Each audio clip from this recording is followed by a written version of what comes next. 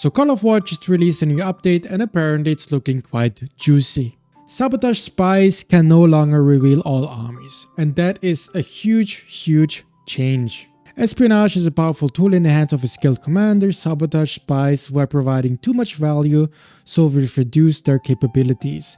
This will increase tension by making the fog of war more dense. Intelligence spies can still cover your army's intelligence needs with the reveal local army ability. And that in my opinion is a really good change because it basically brings back mid and late game fog of war. And I've really been missing that in the last few games that I played because there was really no point of making surprise maneuvers. And I also figured out the more games I played, I didn't even really need to pull back my armies and keep army in my core to defend it because I would always have a reveal on the most threatening players anyways, so there really wasn't any need to play defensively. I could always go all out offensively, and there was also never really a need to do some proper scouting. So there's a lot of things that are gonna be much more relevant now. You know, if I think about Navy warfare, where you actually have aircraft carriers and you use interceptors to really scout out and find the enemy navy,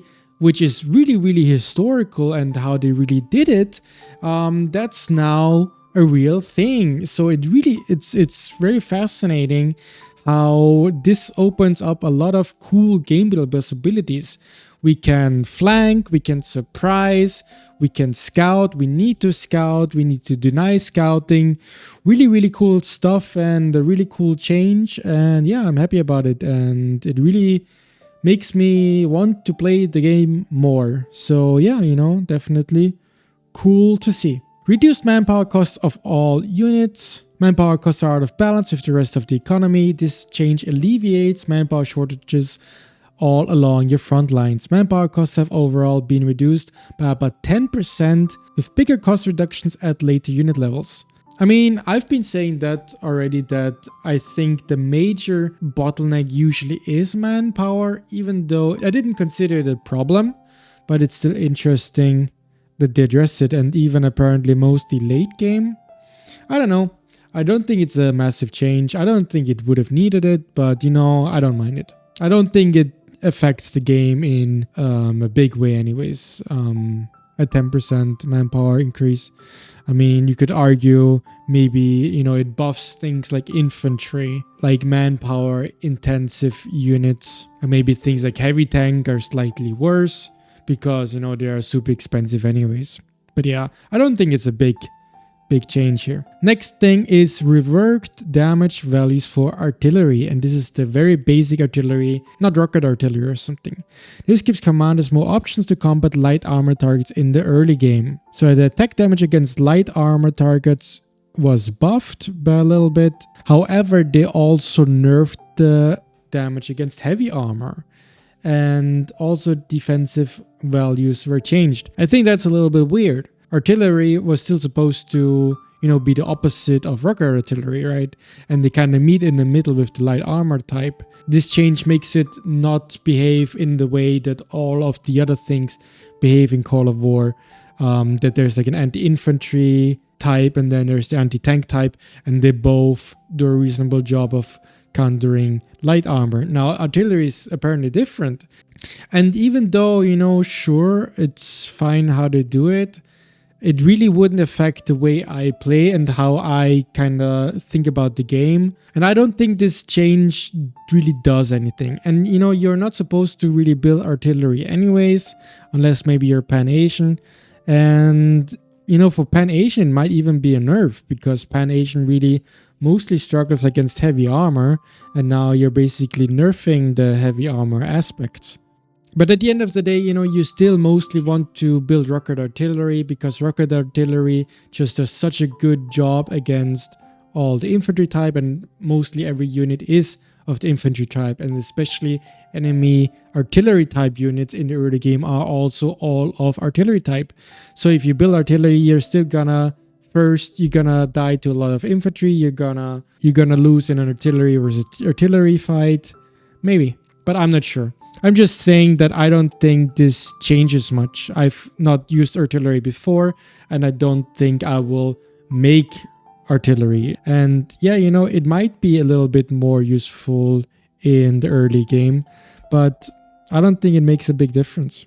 Shifted the resource cost for light tanks.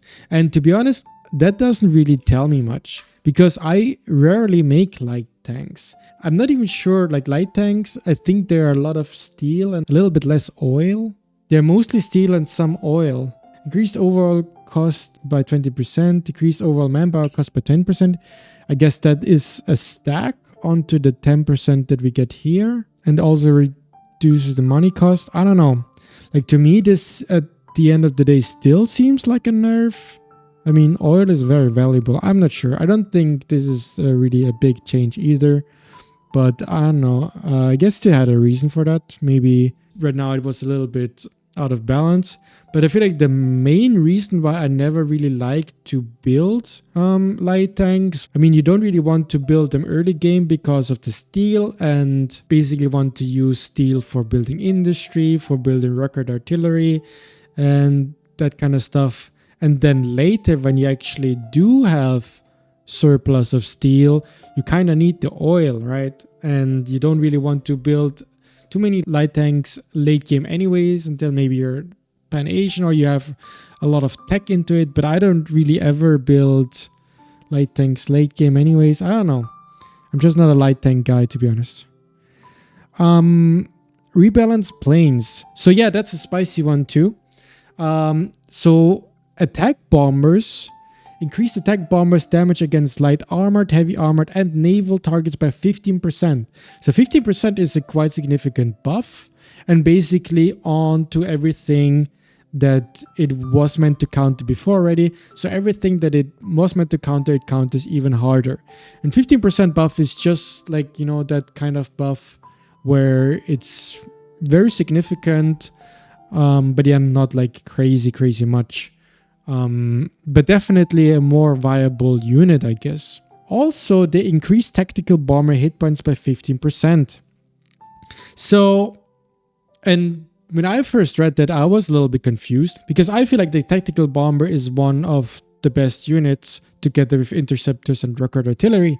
So buffing them by hit points with 15%, that's a major buff. But I did read somewhere that the reason why they're doing it is because the change of making anti-air ranged was just making the AA perform much better than before. So it's basically just a way to, again, rebalance planes so they can match the improved AA guns. And to be honest, I didn't really play that much, especially with the normal core game recently, so I don't really know too much about it. It might be true. I think the reasoning is fairly okay. But yeah, still surprised that tactical bombers get a buff. Because at the end of the day, I don't know, they always feel strong to me. But yeah.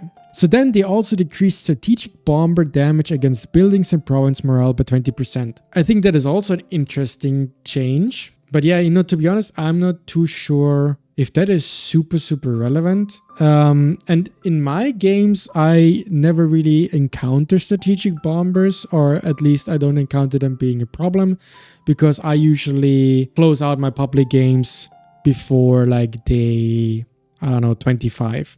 And I basically never see nukes, sometimes maybe on the last 2 days, where it's not really relevant anymore. And just in the same way, I basically have never seen somebody mass high-level strategic bombers where they can't be countered anymore. And I feel like that is usually the thing that people complain about. So if I'm basically picturing the problem correctly, maybe it would have been more straightforward to just nerf high-level strategic bomber health, because I don't think this does anything.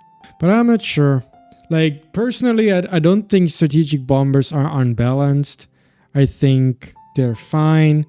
They're still quite vulnerable. They still get taken out quite fast. Especially on lower levels, they have basically no anti-air.